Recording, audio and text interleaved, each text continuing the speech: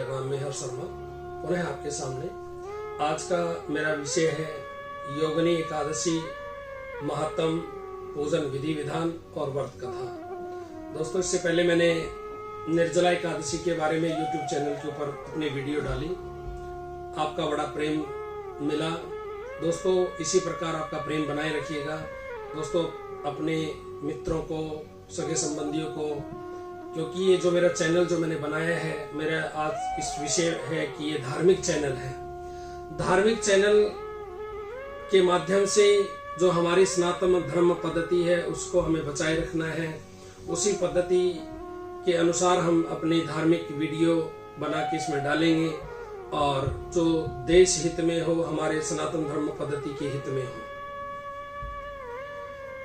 मंगलम भगवान विष्णु मंगलम गरुड़ध्वज मंगलम पुंडरीकाक्ष मंगलाय स्तनो हरि।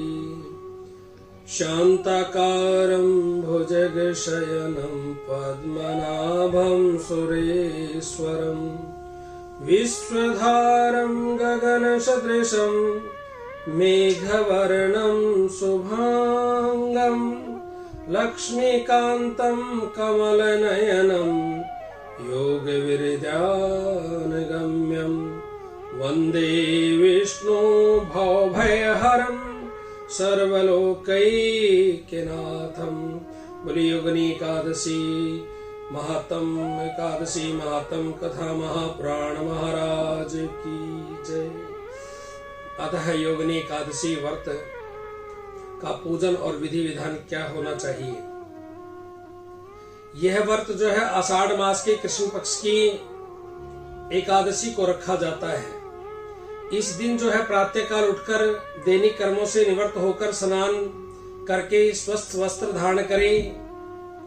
फिर भगवान विष्णु की प्रतिमा को गंगा जल से स्नान कराकर चंदन, रोली, धूप, दीप, पुष्प से पूजन आरती करें।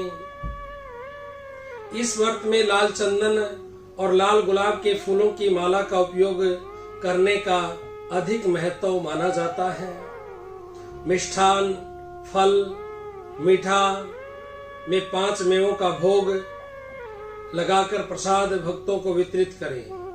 पूजन के बाद याचकों एवं ब्राह्मणों को यथाशक्ति दान दक्षिणा दें।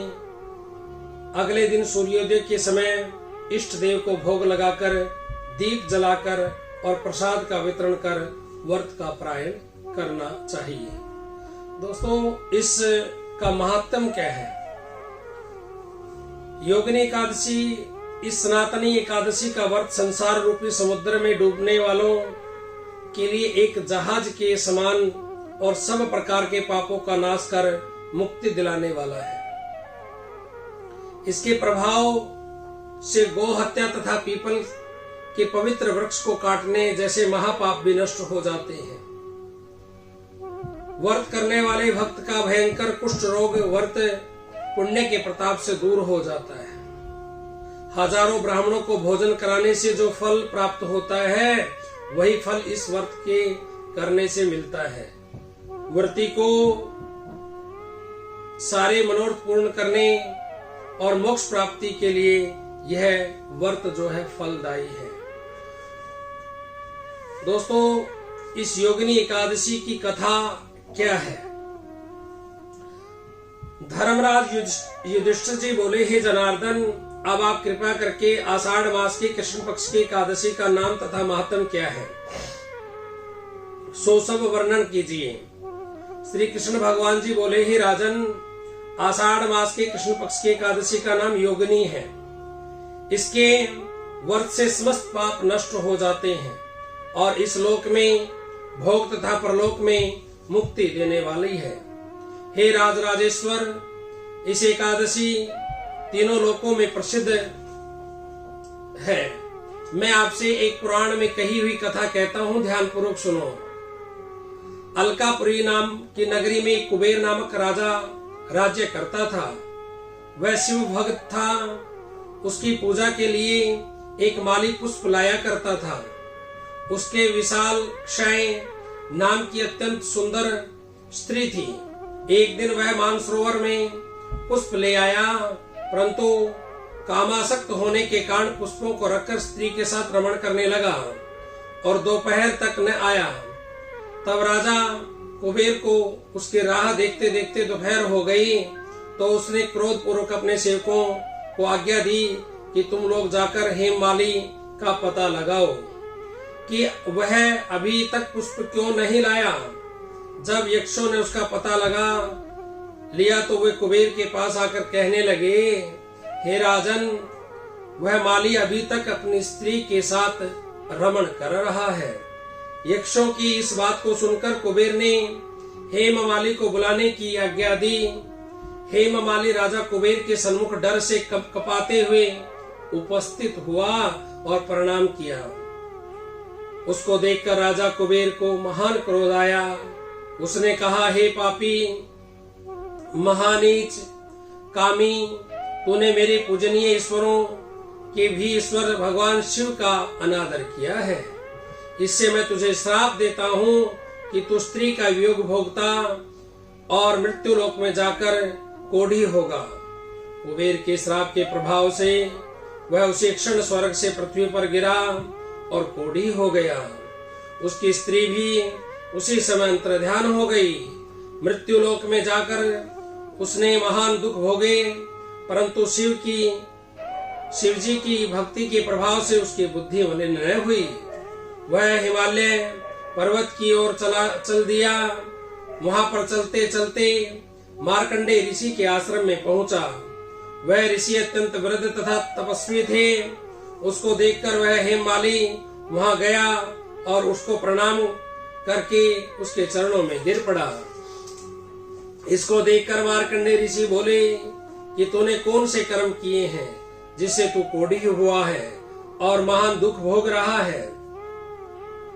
इस पर हेममाली बोला, हे भगवान, हे मुनि, मैं यक्षदान कुबेर का सेवक हूँ। मैं राजा की पूजा के लिए नित्य प्रति पुष्प लाया करता था। एक दिन अपनी स्त्री के साथ विहार करते करते देर हो गई और दोपहर तक पुष्प लेकर न पहुंचा।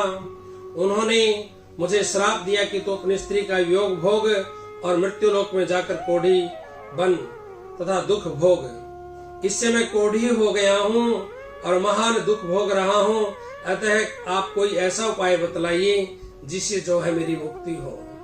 इस पर मार्कंडेय ऋषि जी बोले कि भाई, तूने मेरे सन्मुख सत्य वचन कहे हैं, इसलिए मैं तेरे उद्धार के लिए एक व्रत बताता हूँ। यदि तू आषाढ़ मास के कृष्ण पक्ष की योगिनी नामक एकादशी का विधि पूर्वक व्रत करेगा तो तेरे सभी पाप जो है नष्ट हो जाएंगे। इस पर हेममाली बहुत प्रसन्न हुआ और मुनि के वचनों के अनुसार योगिनी एकादशी का विधि पूर्वक व्रत किया। इसके प्रभाव से वह फिर अपने पुराने रूप में आ गया और अपनी स्त्री के साथ विहार करने लगा। हे राजन, इस योगिनी की कथा का फल 88,000 सहस्त्र ब्राह्मणों को भोजन कराने के बराबर है। इसके व्रत से समस्त पाप दूर हो जाते हैं और अंत में वह स्वर्ग में जाता है। बोले विष्णु भगवान की जय।